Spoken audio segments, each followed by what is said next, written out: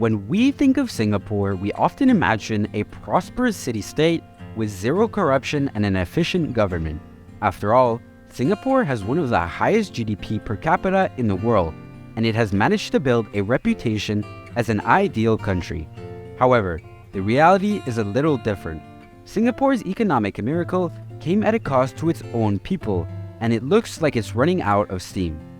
Let's take a look at how Singapore got to where it is today. 60 years ago, when it gained independence, no one thought that this small country surrounded by much larger neighbors had much of a future. It was suffering from high levels of unemployment, shortage of food, and a lack of space. Half of its population was illiterate, and 1/3 of them were living in one of the world's worst slums. However, Singapore had one advantage: its Prime Minister, Lee Kuan Yew.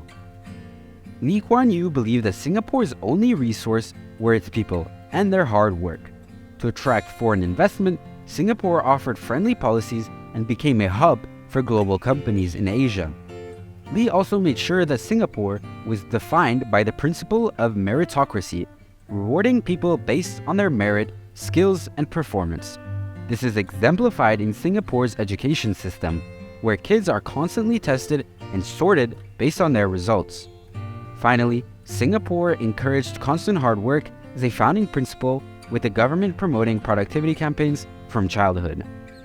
The growth made possible by all these factors was boosted by enormous population growth, as the population has more than tripled since independence. The government introduced very open immigration policies that attract tens of thousands of people every year to come to live and work in Singapore. It managed to bring both less qualified manual workers as well as those labeled as foreign talent, meaning highly skilled workers that work in the so-called knowledge economy. However, the same principles that have been so successful for Singapore have also created a new set of problems that it now has to deal with. Singapore has a term called kiasu, which means the fear of losing or the fear of falling behind. It's meant to capture the Singaporean mentality and how both the country and the people see the world as a merciless competition where you have to be constantly pushing to your max if you want to succeed. While this mentality has some positive effects, it has some serious negative impacts on the people themselves. For instance, Singaporeans hate their jobs more than any other nation in the world. They are one of the most overworked and stressed out societies. Research also finds that the kiasu mentality directly leads to higher conformity, lower self-esteem, and lower creativity on an individual level. The system and the mindset make people feel worthless and kill their ability to generate and pursue new ideas.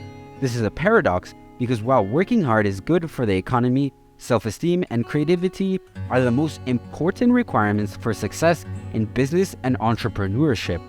If the obsession with hard work is killing those qualities, then it might not be such a good trade-off. Singapore's education system produces some of the world's best standardized test results, but it's also incredibly stressful.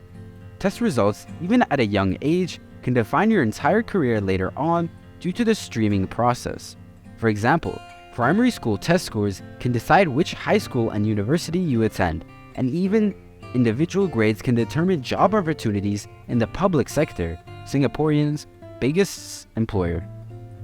Despite the government's efforts, Singapore's limited resources have led to certain things being comparatively more expensive than elsewhere, such as housing.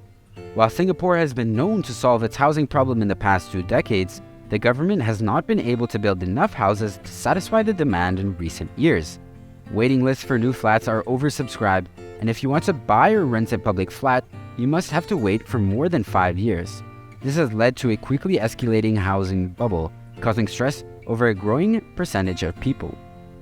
Moreover, life in Singapore is already competitive, and there is growing resentment against continuing high levels of immigration to the country, especially against the more qualified immigrants. A growing number of people feel that these expats who are coming to Singapore are competing for qualified jobs with the locals. At the same time, Singapore needs immigration because it already has a quickly aging population, and without immigration, it will soon be a nation of senior citizens. The strategy that Singapore has relied on for success so far, expanding its pool of people and getting them to work as hard as possible, may just not work anymore. Even if people keep working as hard as they always have, without the expanding population, it won't be enough. Moreover, if people don't feel financially secure about their future, they won't be happy with always more and more people coming in because life is already competitive enough as it is. The success and future of Singapore are more uncertain than it seems, and the country must address these issues to keep its economic miracle from running out of steam. Thank you for watching this video, and if you enjoyed it, please give it a thumbs up and consider subscribing to the channel for more content like this.